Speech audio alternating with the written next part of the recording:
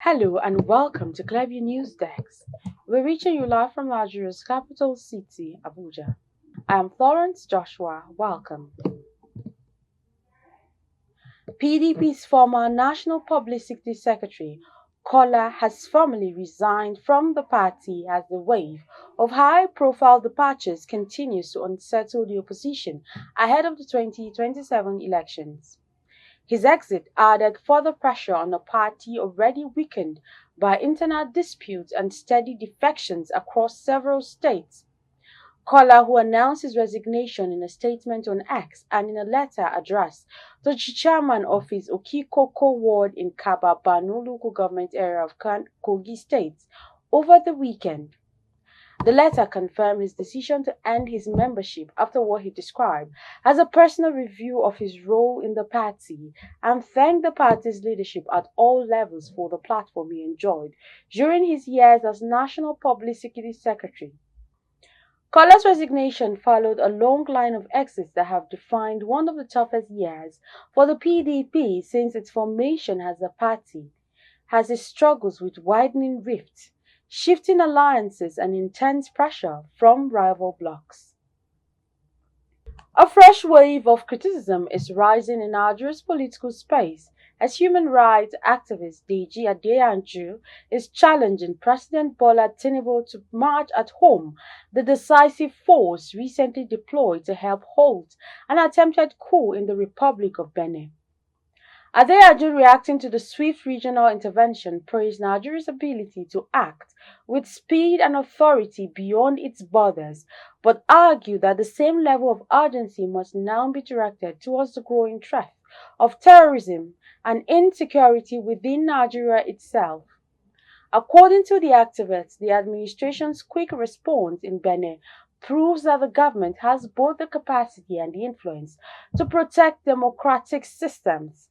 However, he insists that Nigerians are still waiting to feel the strength in their own communities where violent attacks, kidnappings, and rising fear continue to test public confidence. Adeyanju is urging President Tinubu to apply equal pressure, intelligence coordination, and military resolve in confronting criminal groups destabilizing parts of the country. He warns that while safeguarding democracy abroad is commendable, restoring safety at home must be the president's top priority if Nigerians are to trust in the government's ability to secure the nation. The Federal Capital Territory Police Command has successfully dismantled a kidnapping syndicate operating in the Ushafa community of Buari Area Council, rescuing 7 abducted residents in a high-risk operation that unfolded across 2 states. According to the command spokesperson Josephine Ade, the rescue followed a distress report received on December 5th indicating that armed men had abducted community members in Ushafa.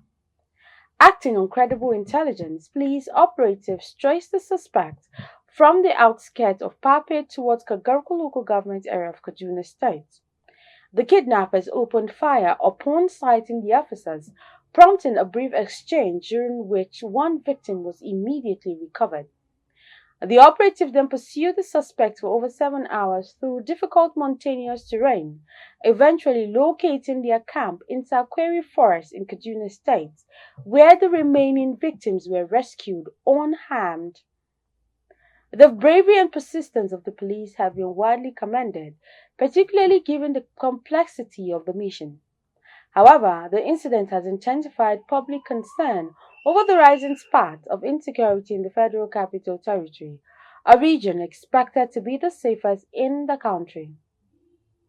Authorities say efforts are ongoing to apprehend the fleeing suspect and restore confidence in the security of the capital.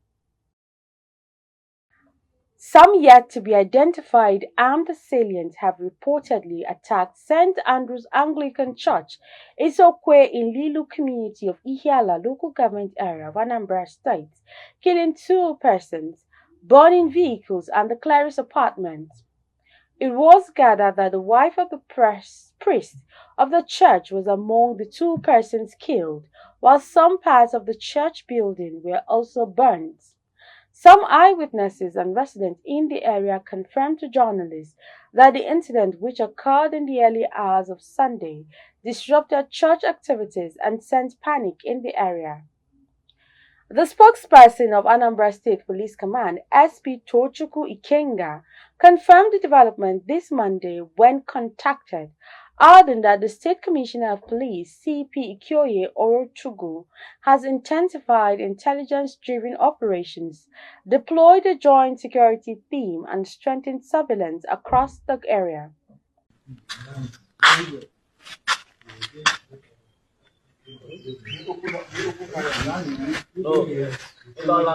Now, when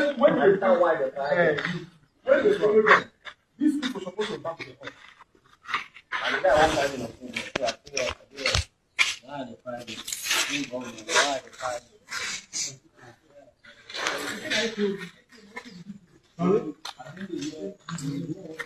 Now, with this one, we have lost two vehicles now, and a machine, motorcycles. This is the pastor's house. I was burned down and razed to ashes, and I still think that the car also burned down. Oh, Jesus! This is the pastor's car, burned down. Ukochukwu's car, burned to ashes, and the building. Let's see.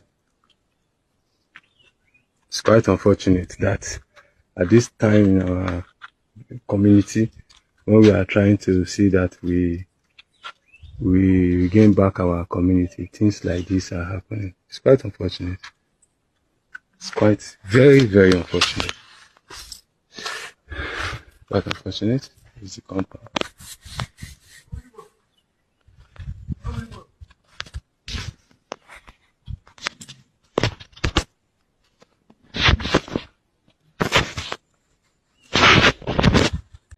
A new wave of disturbing videos has surfaced on social media showing bandits flaunting wads of cash. This disturbing development has further intensified public concerns about the expanding financial power and influence of criminal groups operating across the northern Nigeria. The report. In the midst of escalating violence, videos of heavily armed bandits boasting large bundles of naira notes have sparked widespread debate about the true depth of Nigeria's security crisis. Analysts say the cash displays are not mere intimidation tactics, but a bold declaration of economic strength, challenging the government's authority and sincerity in ongoing security efforts. The videos have also revived a series of troubling questions among citizens who are asking, is Nigeria's insecurity being driven by hidden interests, or are bandits operating with more financial freedom than the average citizen? And with access to cash, sympathizers, and unchallenged territory, are bandits becoming more Nigerian than Nigerians in terms of economic power and freedom of movement? Observers warn that the ease with which bandits move, communicate and transact suggests a well-structured network of collaborators ranging from informants to negotiators, possibly benefiting from the chaos. The absence of sustained arrest and successful prosecutions, they say, may be creating the impression that banditry is a lesser evil, especially when compared to heavy penalties meted out for smaller crimes. Nigeria is finished. Now bandits na dey see so. Now bandits na dey see so. Now money na they share. Now say bundle. Now bank they for carry this money come out. When they give bandit, now see bandit for Nigeria, now they share money. See bundle. Nobody they talk anything. Not be bank. This money for come out. Who go give bandit this money?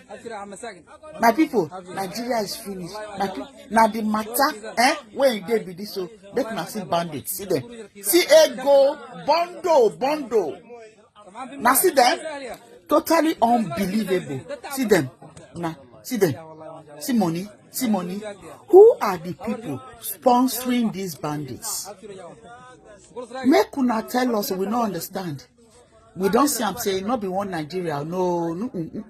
Some people, now they get the Nigerian pass orders. What is going on in our country? Una see ego, una see the money. Make una help us ask these bandits the right when they get where other Nigerians no get. From the look of things, because say they be bandits, they get rights. That is what we are seeing right now. The renewed push by some leaders for negotiation with bandit group have also been met with public anger, as critics argue that negotiating with armed criminals while communities are constantly attacked and victims remain traumatized risks institutionalizing lawlessness. They warn that such gestures could be a systemic path to deeper national impoverishment as ransom payment and illicit cash continue to circulate outside formal economic channels. As the government continues to assure citizens of its resolve to ending the violence, Nigerians keep asking how bandits, once regarded as small local gangs, have amassed so much wealth with confidence to taunt the nation publicly. For citizens, the images of bandits displaying cash serve as a painful symbol of a system that appears to reward violence while ordinary Nigerians struggle to survive. The urgent demands remains the same: accountability, robust intelligence and coordinated national strategy that cuts off the financial lifelines sustaining insecurity. The Imo State government has sealed a hotel and private mortuary in Umuhu community, Ngwa Okpala, after discovering decomposed and mutilated corpse in unhygienic conditions, raising suspicions of illegal organ harvesting activities. The development was disclosed in a statement by the State Police Public Relations Officer Henry Okoye on Sunday. Let's join Clavius Gloriata for details of this horrible discovery. The closure of the hotel was made after security personnel found decomposed and mutilated corpses stored in unhygienic conditions, sparking suspicions of illegal organ harvesting activities. Briefing journalists on the crackdown, the State Police Public Relations Officer, Henry Okoye, said the operation was part of a crackdown on kidnapping and violent crimes along the Owerri-Aba Expressway, led by Aboki Danjuma, the Commissioner of Police, alongside other stakeholders. He said the operation followed credible intelligence linking a suspected criminal identified as Stanley Morocco Okparigo to a syndicate alleged to be behind kidnapping, ransom extortion and organ harvesting. We received an intelligence report that unregistered mortuary is being discovered in this vicinity. His Excellency delegated the Commissioner for Health, the local government chairperson of Ngwa Okpala. Myself, I came to represent the Inspector General of Police. We visited this place. We saw scattered corpses, mutilated corpses in this environment. What we have seen, the corpses that we discovered are more than 100. And the owner of the mortuary is on the run. We sent for him, he refused to come. And severally, we mounted surveillance, whether we'll be able to get him, he's on the run. And by the information we gathered, they use this place in dumping the corpses of what they call organ harvest. And we are appealing on members of the public, whoever that have corpse here, to come forward, because His Excellency wants to unveil who are running this unauthorized mortuary. Because it's been in existing, it's now that we discover it. And by His grace, we arrest the suspects, and he's going to face the full wrath of the law. At the mortuary reportedly owned by the suspect, investigators discovered several decomposed and mutilated human bodies preserved in unhygienic and pitiable conditions. The state's police spokesperson described the scene as disturbing and confirmed the suspicions of organ harvesting, prompting the immediate sealing of both facilities. We have already declared him wanted. He's on the road. We do not see anything here. And this health hazard, and by his grace, the Commissioner of Health is here, the pathology is here. We may soon make a mass burial. I think the Excellency want to even destroy the whole facility after obtaining legal order. We have checked our records and we've not seen this place registered or any up-to-date registration of this facility in Ministry of Health. So we've come here to inspect and we found a lot of hundreds of dead bodies, decomposed, not taken care of. There's nothing to show that this place is a mortuary. There's nothing happening here, or even if you look at the corpses, there's nothing to show that there's any way they were trying to preserve them. The government says the closure of these facilities is only the first step, as security has been tightened along the busy Owerri-Aba Expressway, a corridor notorious for incidents of kidnapping and violent crime. This latest dismantling in Imo State is not an isolated case, as Nigeria in recent years has seen rising public alarm over alleged organ trafficking, kidnappings, and syndicates that lure victims under false pretenses. In 2014, security operatives discovered a dilapidated building believed to have been used for human trafficking and ritual sacrifice in Soka Forest in Ibadan, Oyo State, Nigeria. The place, also known as the Ibadan House of Horror or Soka, was discovered on March 22, 2014 by a group of motorcycle taxi drivers who had formed an impromptu search party after the disappearance of a driver in the area.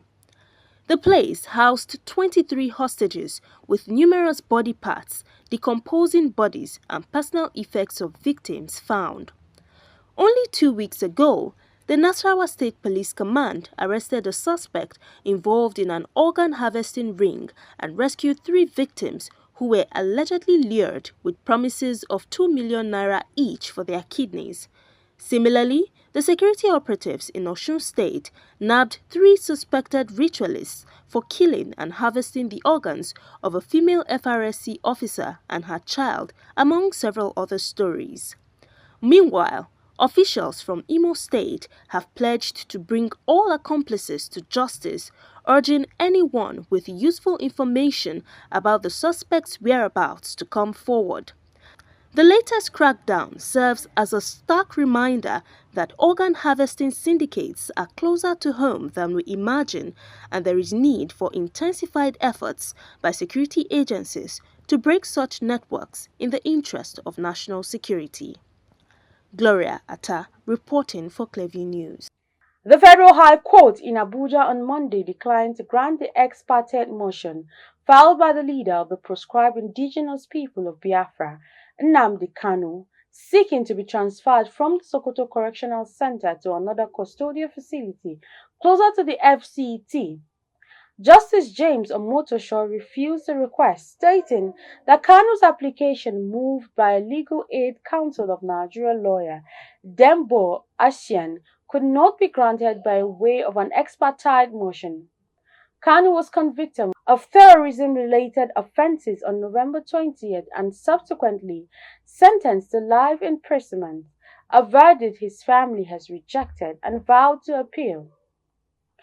Following his sentencing, Kanu has taken to the Sokoto Correctional Center to serve his sentence after the court held that the Kuje Custodial Center in Abuja would not be suitable for him.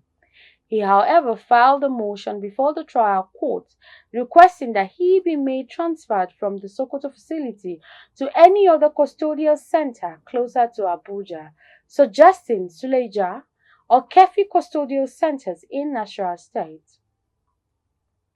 And that's the news. You can follow up on latest events and happenings around you via social media platforms on Facebook, Instagram, and YouTube at Clearview News Text, or via handle on X, formerly known as Twitter, at Clearview Online. Many thanks for watching. I am Florence Joshua. Bye for now.